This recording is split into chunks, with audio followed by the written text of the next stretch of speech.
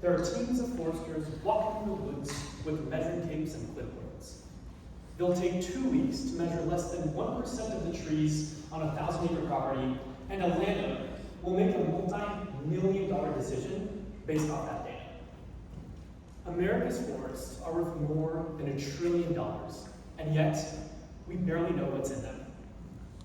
I'm Garzon, co-founder of Yavin Systems, and we're building the technology to change that.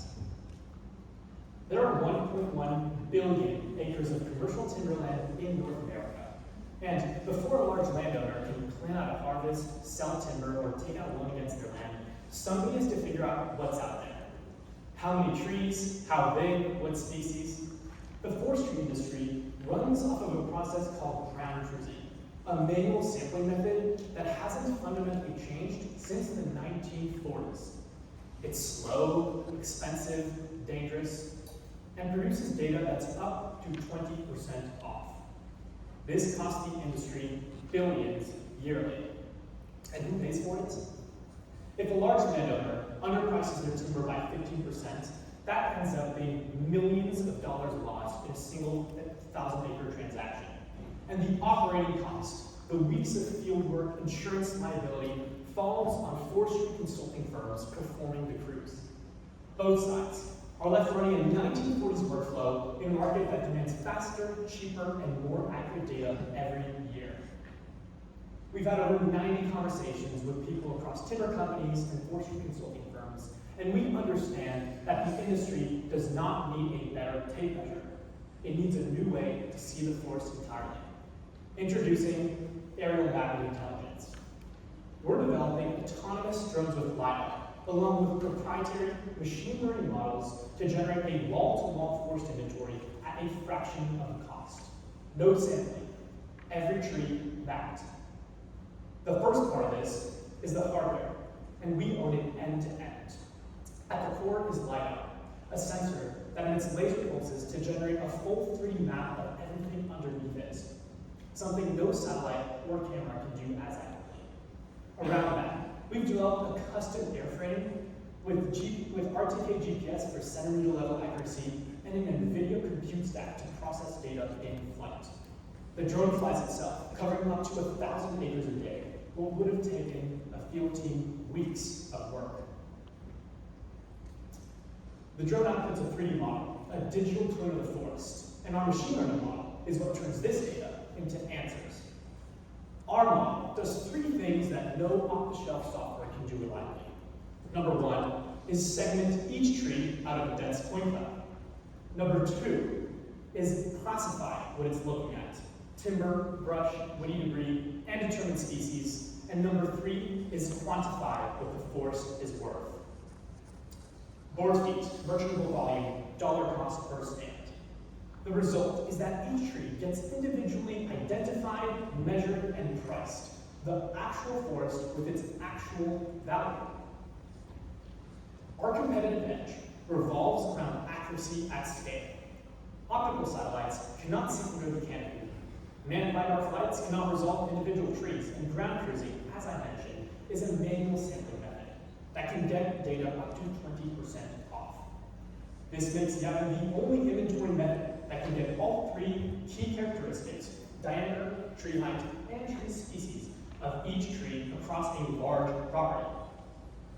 This enables us to get a 5 to 10% target accuracy and a cost of value that no other method comes close to. So let me talk to you about how big this is. Long term, we're building drone-based intelligence for Earth's natural assets. This is a market worth well over $10 billion. And the slice that we're going after first is forest inventory in the United States, like I mentioned. These are the buyers that pay for cruising data today. And within that, we're targeting, our initial focus is forestry consulting firms in the United States, because these firms absorb a lot of the operational costs of ground cruising. It's a $35 million market that we can win. And we're starting off with firms in California, Oregon, and Washington. We can drive to every customer. It's an $8 million market that we can dominate, and it's big enough to fund our next move. Our go-to-market is direct and relationship-driven. Our delivery model is a fully managed service in which we handle the operations, the hardware, and the data processing so that Timberland managers take on zero technical burden. This is important to us, and it enables us to build a tight, trusted relationship with each one of our customers and control the quality of every deliverable. So let me talk to you a bit about the numbers. Forestry, the forest industry runs off of a 5-year rotation, and so we would operate over 20% of our customers' land yearly at $7.50 per acre.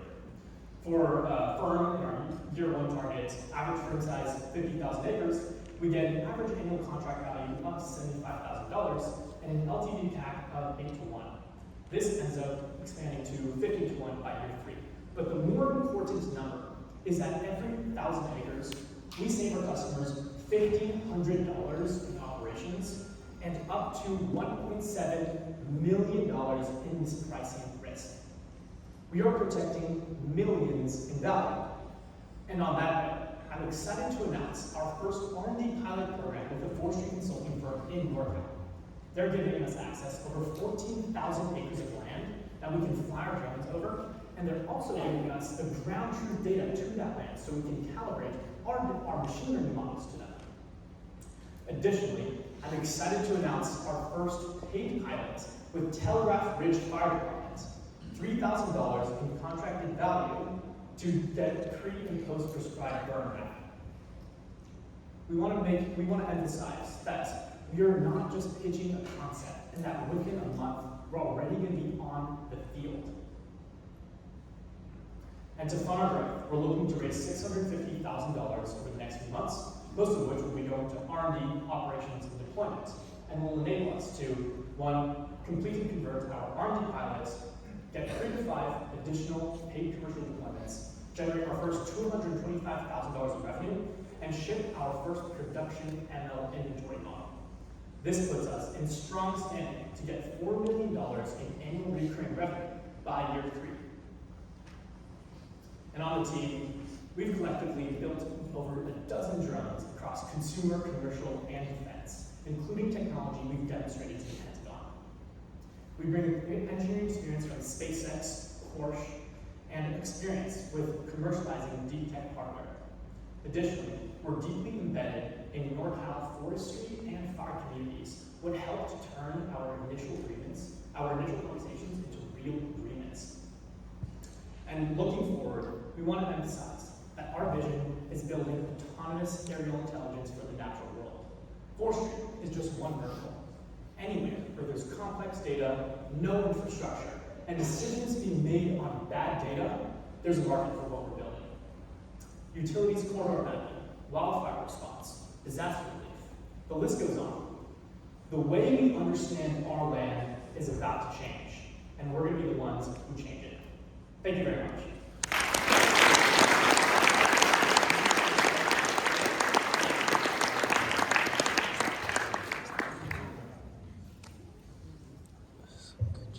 Questions from the audience?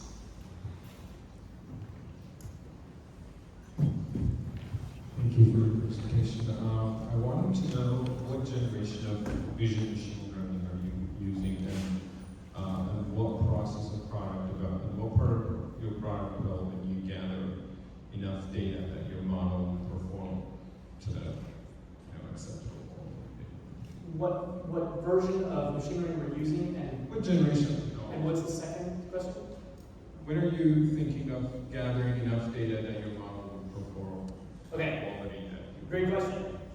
So we're basing off of a machine learning model off of a research paper published a few months ago called Forest Former 3D, in which they took point cloud data across the world, various forests across the world, mostly distributed in Europe and in Australia.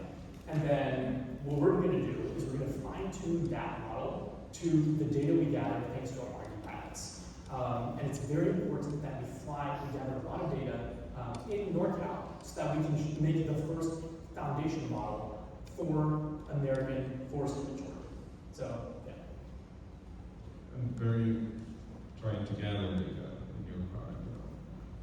When are you planning to gather data? When? So we have that's what I was talking about, the Army pilot program this summer, where we're going to be able to gather data across 14,000 acres of land in the Shasta area in North County.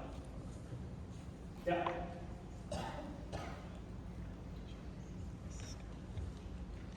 Sarah, we have one over here.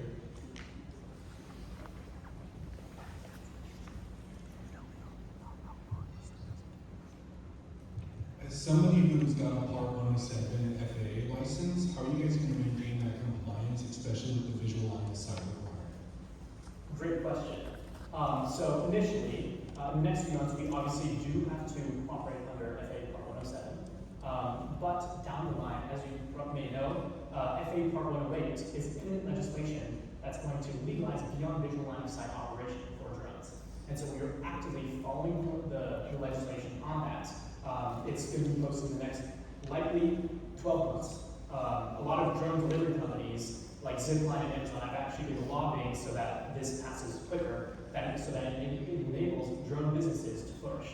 And so we're obviously going to be compliant with that. Until then, we have to take a little bit of a more manual approach, filling out forms with the FAA to authorize us to fly the visual line of sight. Time for one more. Okay. Thank you very much. Judges, some comments? Yeah, first of all, to the whole team, congratulations for the progress that you've made so far, for what you've built, for the traction you've gotten, for being selected to stand on the stage today. So huge kudos for that. I'm going to start by acknowledging how technically difficult everything that you've done is. This is not just a hard problem, it's multiple hard problems in multiple layers, combining hardware, software, there's data science, machine learning aspects to it. And so just across the board, just very impressed by the technical depth that you guys have demonstrated and sort of the ability to execute in such a short period of time and get something to market. So not only have you built a working product, but you've built one that's actually differentiated, and you've got paying customers. Like, you've already made it further than most startups make it, and so you should be really proud of that and use that as momentum to go grow this into whatever you aspire to be. We thought that this was a really clever application of machine learning in sort of the classical data science sense, which is really refreshing in the age of AI and LLMs.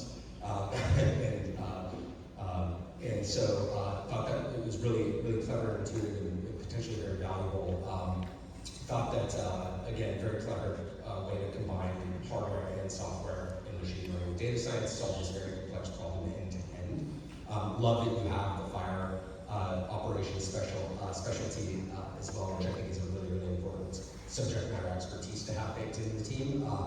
And we absolutely believe in the expansion opportunities beyond just forestry and fire services to reuse some of this fundamental foundational technology for other new use cases and verticals to generate more value for the business. I think there's a big business to be built here long term. There's also regulatory tailwinds that I don't think we got into too deep here, but we heard earlier, but I think that presents a unique moment in time where there's a vacuum in the market. If you guys can continue to execute at the velocity that you have, I think you guys can make some really big progress and get a foothold in the market. The hardest problem we think for you to solve will be the data, spinning up the data flywheel, right? And you've got a question about that. We're not smart enough to know the answer to that question, but what we want to encourage you to do is think about what does critical mass of data look like, and just be open to experimentation and getting creative about how you go collect that, because that will be the biggest sort of first hurdle for you to get over, and it will unlock a lot downstream if you can get that right. I think the one thing that we had a tough time wrapping our head around was the forestry and fire markets, specifically that they're difficult to sell into. There's long sales cycles, constrained budgets, potentially low propensity to pay for the customer. But one of the things we wanted to say to keep in mind